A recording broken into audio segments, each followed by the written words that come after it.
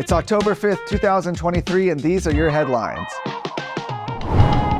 With a special legislative session slated to begin next week, 4 members of the Texas House have outlined a plan to address alleged cartel activity in Colony Ridge, including a potential conservatorship over the county where the development is located. Now, as a quick reminder, located northeast of Houston in Liberty County, the Colony Ridge housing development has been criticized for marketing to illegal aliens and potentially attracting cartel activity to the area. The development has gained the attention of Governor Greg Abbott, who indicated last week that he would add the issue to an upcoming special session. Lieutenant Governor Dan Patrick also recently toured the area, noting that he and Abbott had spoken about holding hearings on the issue when the legislature convenes. Now, 4 state representatives, Steve Toth, Nate Schatzline, Brian Harrison, and Tony Tinderholt, have created a plan they say will address cartel activity in the area. They did so in a letter to Abbott, Patrick, and House Speaker Dade Phelan. Don't usually do this, but I want to read this letter because it's important. Now, they sent this, again, to Governor Abbott, Dan Patrick, and Speaker Dade Phelan. They said, on September 25th, we released a joint statement requesting the legislature be convened immediately in a special session to address the ongoing invasion on our southern border. We're following up that request with a specific plan addressing cartel activity in the Colony Ridge community. They go on to say the threat to public safety present in these developments is well documented. They say Liberty County Sheriff Bobby Rader says his department is overwhelmed with crime and drug overdoses in the Colony Ridge developments. The lawmakers also cite a study from the Texas Public Policy Foundation that reports that the number of residents there illegally present in the United States is in the thousands and headed towards the tens of thousands inside this development. The Center for Immigration Studies also has reported that the Gulf and Sinaloa cartels have ties inside the community, as well as recent reports that there have been drug overdoses, including fentanyl overdoses, inside the Cleveland School District, which is the school district that services Colony Ridge. They go on to say, the conditions in Liberty County warrant immediate consideration in the forthcoming special session, alongside strengthening border security and providing school choice to every Texan. As members of the House Appropriations, County Affairs, Public Health, and Criminal Jurisprudence Committees, respectively, we propose 1. Budgeting money necessary to establish a Department of Public Safety substation to multiply law enforcement presence in the Colony Ridge community. Currently, there is a limited DPS presence inside of Colony Ridge because of the massive amount of people who have moved into this community.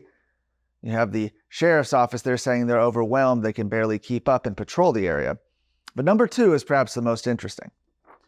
2, consider expanding the special session call, to include legislation to place Liberty County under a state conservatorship if facts warrant it.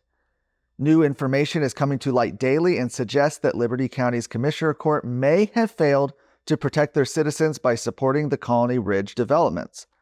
By establishing a conservatorship, the state could coordinate law enforcement operations and county restrictions to clean up and clean out Colony Ridge. Again, this is Representative Steve Toth, Nate Schatzline, Brian Harrison, and Tony Tinderholt. Now, if this was to take place, this would be a pretty extraordinary step. After all, they're calling for the state to come in and put the county under a conservatorship to take care of this problem. This would certainly be a big way to deal with the Colony Ridge situation. Now, we at Texas Scorecard have reached out to Abbott, Phelan, and Patrick about this letter.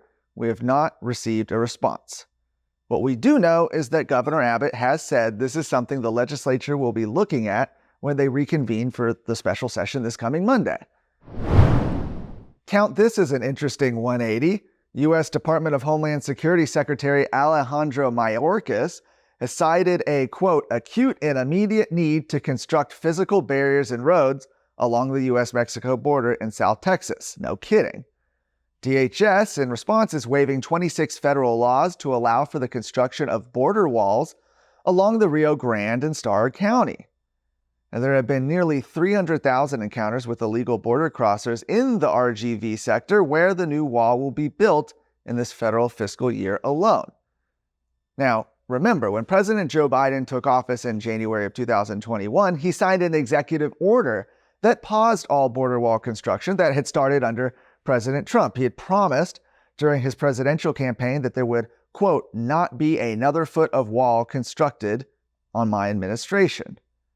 However, as the border crisis intensifies and he faces backlash from across the political spectrum, it appears the Biden administration may have reversed its course.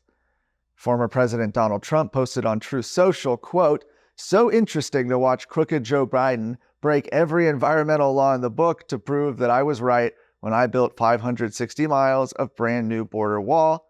Will Joe Biden apologize to me in America for taking so long to get moving and allowing our country to be flooded with 15 million illegal immigrants from places unknown? I will await his apology. Probably be waiting quite a while for that apology. Now, since Biden has went into office, again back in January of 2021, there have been nearly 7 million encounters with illegal border crossers and an unknown number of gotaways who evaded capture. With election year fast approaching, there is concern, of course, that this could be little more than a hollow political gesture. You thought COVID vaccine mandates were a thing of the past in Texas? Well, think again. Baylor College of Medicine has announced it will be requiring students, faculty, and staff to receive the COVID-19 booster shot. In an email to those students last week, the statement says that due to new strains of COVID-19, they urge everyone to receive the new vaccine. Earlier this year, Governor Abbott signed Senate Bill 29 by Senator Brian Birdwell into law. The law prohibits state agencies and local governments from requiring individuals to wear a face mask, receive a vaccine, or keep their businesses closed to prevent the spread of COVID-19 or its variants. However, it does not address private businesses or universities. Separate legislation filed by Representative Brian Harrison would have addressed the issue by blocking any entity, including hospitals and businesses, from mandating COVID shots for employees. That bill was killed by the House Calendars Committee before a full chamber vote could be taken. Check out more of today's stories at TexasScorecard.com.